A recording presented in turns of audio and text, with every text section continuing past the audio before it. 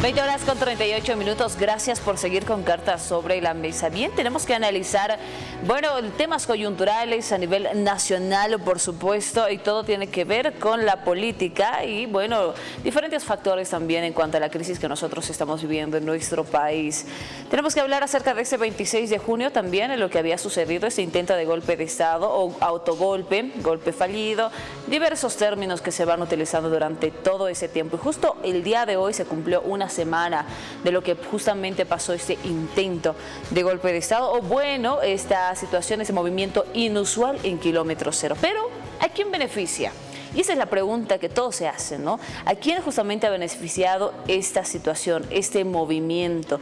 ¿Será justamente al oficialismo, a la oposición, a la población? A ver, justamente eso vamos a analizar el día de hoy. Le quiero dar la cordial bienvenida a Lautaro Smith, analista político. Bienvenido, buenas noches, Lautaro. Buenas noches, un cordial saludo a toda la gente que nos ve desde sus hogares para hablar de un tema tan importante como es la coyuntura política y un tema que realmente ha sido todo un shock para la sociedad como este intento de golpe fallido. Así es, y bueno, justamente como usted está viendo ahí de subtítulo en la pleca, ¿a quién benefició el golpe de Estado? Y es la interrogante que nosotros trasladamos a Lautaro. Bueno, a la pregunta-respuesta, en realidad hay dos beneficiarios a corto plazo y a largo plazo, es decir, bueno, a largo plazo, empecemos a largo plazo. Evidentemente es un desprestigio total para el MAS en términos generales, para el gobierno también, pero que beneficia a posibles candidatos a futuro de la derecha. No se sabe si alguno que esté en construcción o alguno que vaya a aparecer pronto como algún outsider, pero a largo plazo se ve esto. Y a corto plazo, en realidad, hay que ver el beneficio directo y concreto, y con esto no quiero acusar a nadie, no estoy diciendo nada en concreto de señalar a nadie, pero más o menos yo me refiero a la metáfora que cuando muere algún familiar, de repente algún padre, alguna madre, alguna abuela, abuelo, los beneficiarios son los herederos, evidentemente. No quiere decir que los herederos hayan cometido algún atentado contra ellos, ¿no? Evidentemente en un Estado de Derecho no se les puede culpar de aquello, pero los beneficiarios directos a corto plazo de un golpe, en realidad un golpe a la candidatura, me animo a decir, de Luis Arce, es en realidad el entorno más cercano a él, porque cuando una persona se ve amenazada psicológicamente, obviamente recurre a las personas más cercanas que tiene, en este caso es al entorno. Entonces son los lazos de confianza que se van fortaleciendo en una etapa de crisis. Entonces los beneficiarios directos a corto plazo serían evidentemente el entorno de Luis Arce en este contexto crítico. Pero también tengo que señalar lo siguiente, y algo que no se ha dicho en otros medios, es decir, yo no voy a mencionar la idea de autogolpe por el simple motivo de que en realidad esta idea ha sido especulativa y ha sido una situación especulativa que se ha manifestado por muchos medios de comunicación, se ha impuesto de hecho, pero me voy a ir más con el término concreto de una guerra política, una guerra psicológica, una operación psicológica que evidentemente es cuando uno lo ve desde la terminología militar, porque yo creo que queda insuficiente el análisis político porque uno tiene que recurrir a las herramientas del análisis de la estrategia militar. Existen dos escuelas principales a nivel mundial, la alemana y la estadounidense, en lo que se llama la guerra psicológica, y obviamente en ese contexto hay elementos importantes a saber. Para la escuela alemana será lo más importante esta guerra de las ideas. Para los norteamericanos de repente tendrá otro tipo de maniobras, pero evidentemente existe en la Armada estadounidense los Psy-Op Soldiers, los soldados de operaciones psicológicas especiales, y como se lo ha llevado mediáticamente esto, en realidad obedece a una estrategia política psicológica correspondiente a este tipo de artimañas. Ustedes recordarán que Goebbels, el asesor de Hitler, de repente uno de los grandes padres del marketing político, mencionaba que una mentira repetida 100 veces se convierte en una verdad.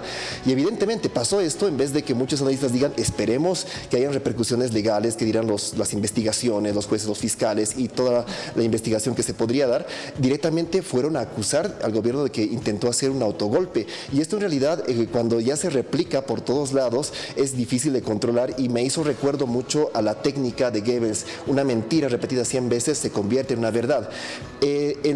Así como veo esta idea especulativa, también yo tengo una posición especulativa, pero con fundamentos, una operación de guerra psicológica. operación de guerra psicológica, repetida varias veces hasta que, bueno, digamos todos, así es verdad y era verdad. Justamente acerca de este autogolpe, como se dice, habló Javier Milei de Argentina, habló también Evo Morales y habló también Luis Fernando Camacho desde el penal de Chonchocoro, indicando que justamente esta situación, este movimiento inusual fue un autogolpe. Pero el gobierno sigue manteniendo en que es un intento de golpe de Estado y que eso intentaba hacer justamente los militares. Ahora, hablabas acerca de esta estrategia psicológica que hace justamente, bueno, las Fuerzas Armadas en esta oportunidad. Pero ¿por qué hacer esta estrategia psicológica? ¿Qué buscaba al intentar hacer esto? Primeramente hay que tomar en cuenta, me voy a referencias biográficas como por ejemplo el manual de Ramón Carrillo sobre guerra psicológica. Hay 4 pasos para que se dé una guerra psicológica. El primero está en lo que ha pasado, es decir, lo que llaman el reajuste social. Esto implica en una terapia de shock, como la estrategia de shock del libro de Naomi Klein, que menciona que evidentemente para reconducir la opinión y la conducta social, en realidad aparece el doctor Shock para dar una descarga eléctrica a la sociedad y que cambien su comportamiento. Evidentemente lo que ha pasado con esto y ha logrado su fin ha sido el de asustar a toda la población, haciéndolas creer que iba a haber un golpe. Obviamente un gobierno dictatorial de menos de un mes de duración es totalmente inviable, pero la gente en ese momento creyó esta situación y es una terapia de shock que ha reajustado la opinión pública social en contra de Luis Arce Catacora. En realidad para mí ha sido un golpe a la candidatura en términos precisos y una operación psicológica que fundamentalmente tiene ese primer objetivo que ha sido cumplido de momento, el reajuste social. El segundo paso viene a ser lo que llaman, vamos a ver, si de memoria no me falla, está el tema de la profilaxis del miedo. Esto quiere decir que se trata de mantener la situación de miedo o generar otra operación que cause mayor psicosis social y de alguna forma vaya reforzando este odio hacia el gobierno. La tercera operación tiene relación con lo que llaman la selección, reclutamiento y selección del personal que va a llevar a cabo de repente alguna especie de desestabilización en el futuro. Y la última fase de la guerra psicológica es la fanatización de ese grupo.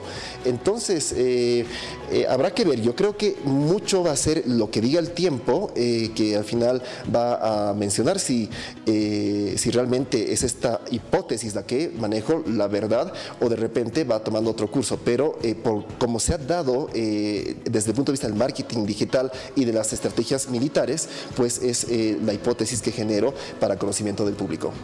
Bien, justamente dices mantener el miedo, 4 puntos fundamentales dentro de esta estrategia psicológica, esta guerra psicológica que fue armado. Bueno, hasta el momento no se sabe, pero con el tiempo lo vamos a saber, es lo que indicas, Lautaro. Pero hasta el momento ya pasó una semana y justamente el día D es donde salieron varias declaraciones entre Arce indicando que se había comunicado con Evo Morales para que tome sus recaudos.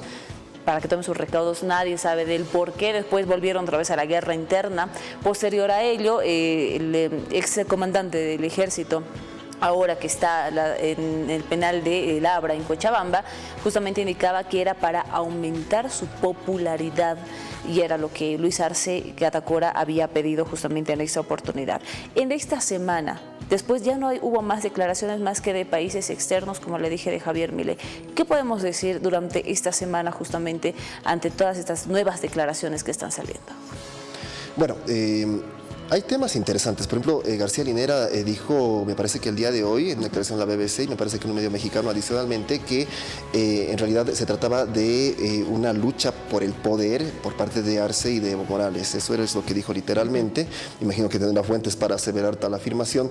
De todas maneras, hay que tomar en cuenta que las operaciones de esta naturaleza en realidad causan mucha sospecha. Para mí era un intento de golpe que estratégicamente estaba condenado a fallar, es decir, lo diseñaron de tal manera para que falle. ¿Por qué me voy a este tema? Es decir, el objetivo final era hacer quedar en ridículo al gobierno y al presidente, es decir, nunca se hace un golpe a esas horas, se hace en la madrugada o muy de noche, no se pinchan las llantas. Me parece que había uno de estos blindados que estaban estacionados de manera tan informal, tan payasesca, y obviamente es para dar el mensaje a la población de ridiculizar al gobierno. pero se está dando de repente esta imagen de generar odio al gobierno, que es la siguiente fase, pero también yo imagino que el presidente debe estar sumamente nervioso porque el objetivo final justamente es atemorizar al presidente. No sabemos, porque en realidad lo que buscan los que estarían detrás de esta operación es poner nervioso al presidente, porque si Zúñiga jugaba todos los fines de semana o algunos fines de semana con él básquet en el Colegio La Salle, evidentemente el mensaje que dan los conspiradores es: podemos hacer que cualquier persona te traicione, incluso personas con las que estás muy de cerca.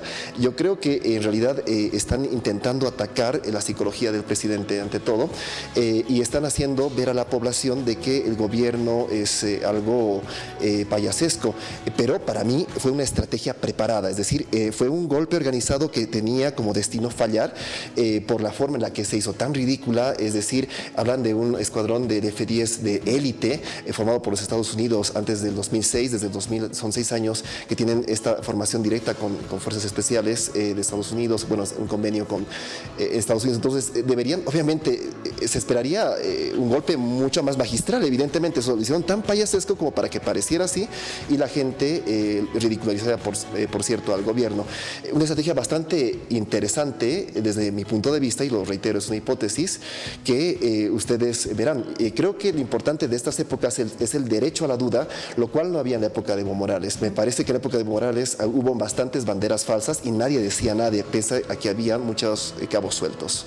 Ahora, si bien eso estaba planificado para que falle, ¿qué está pasando ahora con los detenidos, por ejemplo? Hay ya detenidos, trasladados a diferentes penales. Si esto ha sido ya estratégico, ha sido armado justamente por el mismo horario y por varias interrogantes que uno se hace al ver la actuación o show, como varios analistas también lo han dicho, ¿qué pasa con esta aprehensión del traslado, los detenidos que están adentro? O sea, ¿todavía continúa esta estrategia?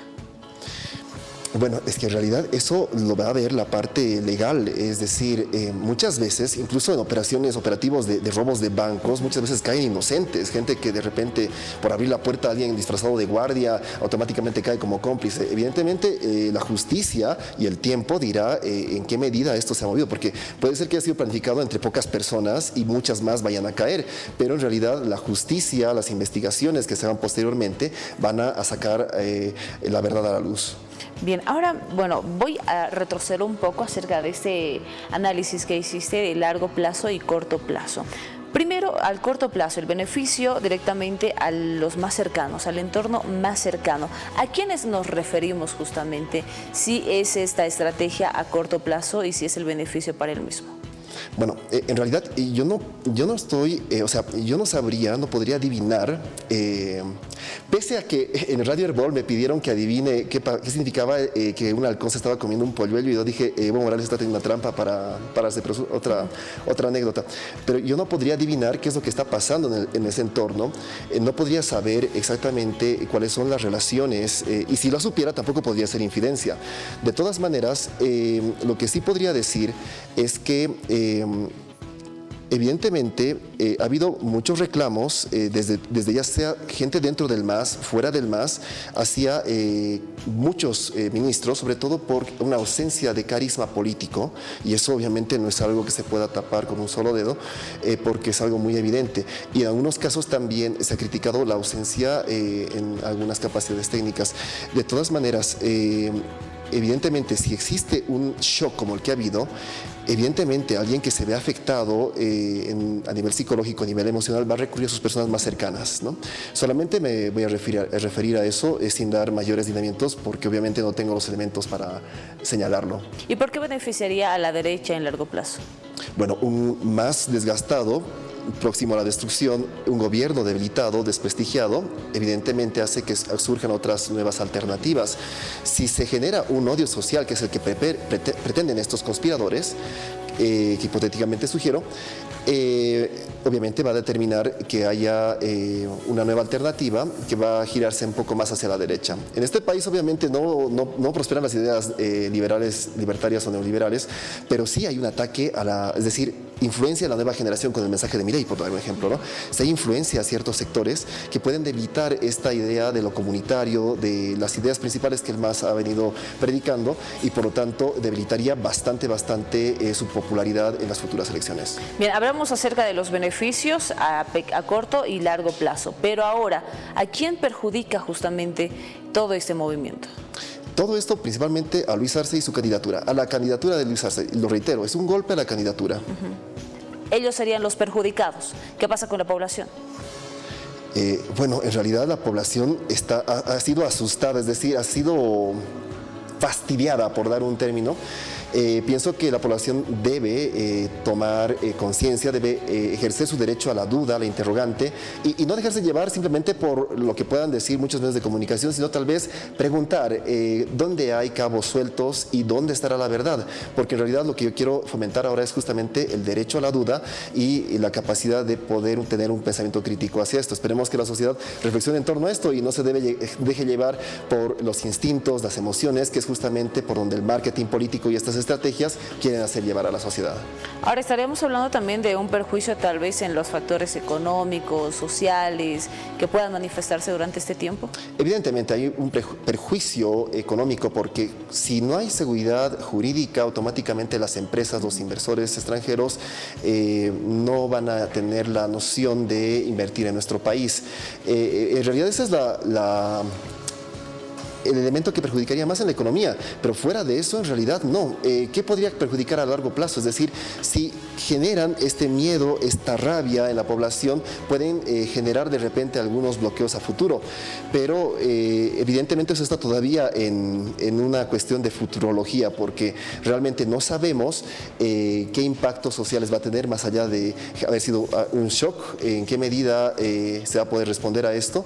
Esperemos que los asesores del gobierno puedan dar un lineamiento para resolver todo esto. No lo veo difícil de revertir, pero sí complicado si no se hace nada respecto a futuro. Bien, ahora, bueno, hablábamos acerca de estas declaraciones y hago énfasis nuevamente al presidente de Argentina, Javier Milei. ¿Por qué? Porque estas nuevas declaraciones, rechazando justamente lo que había pasado acá en Bolivia, indicando que es todo falso, todo es actuado, no hay nada absolutamente creíble en cuanto a los diálogos que vertieron las autoridades de acá de nuestro país, está afectando justamente a la importación y exportación con este vecino país, entre ellos la ganadería, por ejemplo. Estamos hablando de todo lo que, bueno, teníamos en la vinculación, digamos, se podría decir, en cuanto a los productos ya lo estamos exportando y también importando. Ahora, aquí también hay una bola de cristal, tal vez, ante esta situación de si es injerencia o si es apoyo justamente con estas nuevas declaraciones. ¿Qué opinas tú, Lautaro? Bueno, Javier Milei, hoy día este empresario de Ericsson, que es muy proclive a Evo, que vive en Estados Unidos, no recuerdo, Marcelo Claure, posteó una estadística de la popularidad de los presidentes en Latinoamérica. Está en primer lugar Bukele. Y en último lugar, bueno, no recuerdo quién está en último, pero puso que en el penúltimo lugar de popularidad está nuestro presidente, pero Milei no le distaba mucho, me parece que era el quinto menos popular.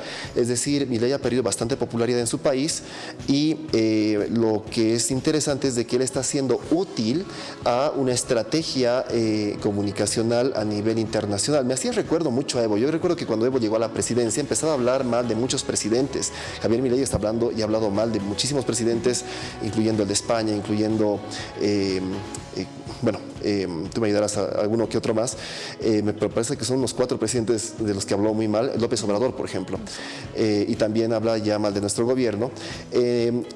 Milei se ha convertido en una ficha, no sé si, una ficha, mejor dicho, de una tendencia geopolítica para incentivar a las generaciones nuevas, darles de repente una especie de animadversión hacia el gobierno en este caso, y netamente tiene esa función, más que todo una función de comunicación, de marketing político y de intromisión que podría generar una animadversión en las generaciones jóvenes que han admirado mucho a este presidente argentino. ¿Sería una intromisión entonces? Sí, evidentemente, es decir, en la diplomacia no se puede, un presidente, una autoridad de gobierno no puede cometer actos de injerencia en otro gobierno, estaría de alguna forma vulnerando la soberanía de nuestro estado. Perfecto. Lautaro, queremos agradecer en esta oportunidad que hayas estado con nosotros. Tu participación es muy importante acá en Cartas. Bueno, espero haber dado una opinión sustentada y obviamente diferente y esperemos que genere repercusiones interesantes. Que les vaya muy bien. Nos vemos.